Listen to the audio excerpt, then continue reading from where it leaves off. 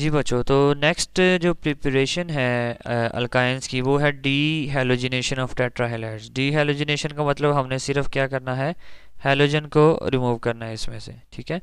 और किस में से रिमूव करना है, फ्रॉम टेट्राहेलाइड्स, यानी ऐसे हेलोजन जिनमें 4 हेलोजन जो हैं वो अटैच होंगे, ठीक है। तो उसकी हम एग्जांपल देख लेते हैं कि सपोज हमारे पास ये एक हेलोजन है HC। इसको मैं थोड़ा नीचे करके बना देता हूँ तो इजी रहेगा थोड़ा सा, ठीक है जी। इस तरह से HCCH, इसके साथ अब इधर भी हेलोजन अटैच है इस तरह से, और इधर भी हेलोजन अटैच है, Cl ऊपर भी और नीचे भी, इस इधर भी क्लोरीन अटैच है और इधर भी क्लोरीन, ये एक, ठीक है, टेट्राहेलाइड है हमारे पास। तो इसका जिंक के साथ जब हम रिएक्शन करवाएंगे, ठीक है, तो जिंक की वैलेंसी क्योंकि 2 होती है, तो एक जिंक क्या करेगा, 2 हेलोजन यहाँ से रिमूव कर लेगा, ठीक है। तो ये आपके पास क्या बन जाएगा, ऊपर क्या आ जाएगा HC, अभी इसकी जगह बन जाएगा डबल बॉन्ड CH, और ऊपर वाले क्लोरीन एज इट इज़ वैसे ही रहेंगे, ठीक है। क्लोरीन भी हो सकता है यहाँ पे, ब्रोमीन भी हो सकता है, साथ में क्या बन जाएगा ZnCl2। और नेक्स्ट स्टेप में इसी को हम दोबारा लिखेंगे, ये जो है HC क्लोरीन यहाँ पर, डबल बॉन्ड HC क्लोरीन यहाँ पर, तो अगेन जिंक आएगा, तो जिंक क्या करेगा, फिर उसी तरह बिल्कुल ये 2 क्लोरीन जो है रिमूव कर लेगा।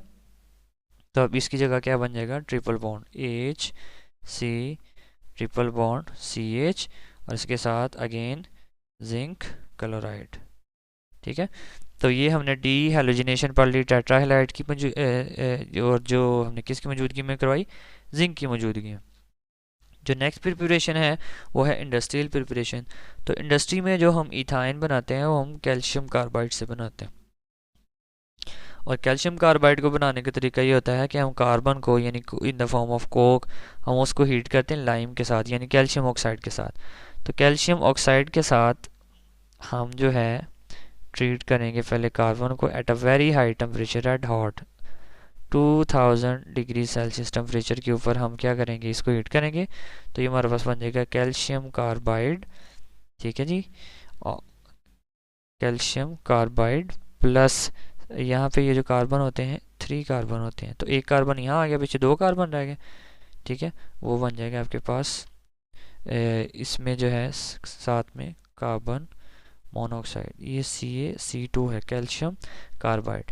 बेसिकली अगर मैं कैल्शियम कार्बाइड का स्ट्रक्चर आपको ओपन करके दिखाऊं तो ये कुछ इस तरह बनेगा। कैल्शियम की वैलेंसी 2 होती है और कार्बन की वैलेंसी 3 होती है। तो कार्बन का यहाँ पर ये ट्रिपल बॉन्ड होता है इस तरह से, 3 कार्बन के बॉन्ड ये हो गए, फोर्थ वन जो बॉन्ड है वो कैल्शियम के साथ होगा इस तरह से। तो ये कैल्शियम कार्बाइड है, ये जो मैंने यहाँ पर ड्रॉ किया है। तो इस कैल्शियम कार्बाइड को हम देन ट्रीट करते हैं वाटर के साथ, 2H2O, ठीक है। तो यहाँ से दो एक वाटर एक हाइड्रोजन आयन रिलीज करता है, तो 2 इसलिए लिए ताकि 2 हाइड्रोजन आयन रिलीज हों। तो वो दोनों हाइड्रोजन कार्बन के साथ मिलके क्या बना देंगे, HC ट्रिपल बॉन्ड CH, ठीक है। अब वाटर में से 2 हाइड्रोजन आयन निकल के पीछे 2 हाइड्रोक्सिल आयन रह गए, तो वो दोनों हाइड्रोक्सिल आयन कैल्शियम के साथ मिलके क्या बना देंगे, कैल्शियम हाइड्रो ऑक्साइड। तो ये हमारे पास इंडस्ट्रियल प्रिपरेशन हो गई है इसकी अल्काइन की। तो अब एक ही प्रिपरेशन जो है वो बाकी रह गई है, कूल्ब्स इलेक्ट्रोलिटिक मेथड जो है वो यहाँ पर भी यूज़ होगा। हिस्ट्री बच्चों, अल्काइंस की प्रिपरेशन हमने पढ़ ली हैं। आज हम जो है अल्काइंस के जो रिएक्शंस हैं वो स्टार्ट करेंगे। तो रिएक्शंस पढ़ने से पहले हमें थोड़ी रिएक्टिविटी का अंदाज़ा होना चाहिए कि आया कि अल्काइंस जो हैं वो ज़्यादा रिएक्टिव होते हैं या कम रिएक्टिव होते हैं। तो पहले हमने अल्केन्स की रिएक्टिविटी पढ़ी, वहाँ पे हमने देखा कि अल्केन्स जो हैं वो कम रिएक्टिव होते हैं सिग्मा बॉन्ड की वजह से। सिग्मा बॉन्ड स्ट्रांग होता है तो वो जल्दी टूटता नहीं है, जिस वजह से उनकी रिएक्टिविटी जो है वो कम होती है।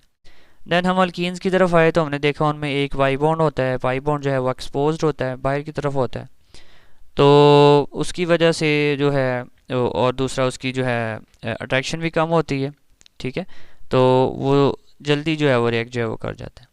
अब अल्काइंस में जो है 2 पाई बॉन्ड होते हैं हमारे पास, ठीक है।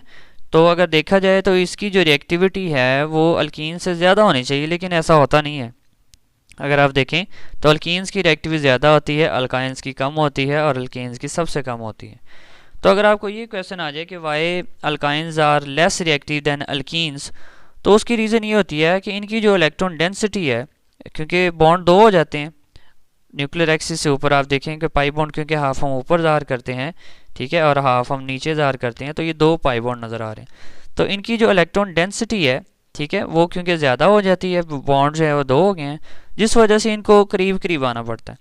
जब करीब करीब आना पड़ता है तो बॉन्ड लेंथ कम हो जाती है। देखिए अल्कीन्स के अंदर बॉन्ड लेंथ थी 134 पिकोमीटर और अल्काइंस के अंदर कम होकर 120 पिकोमीटर हो जाती है।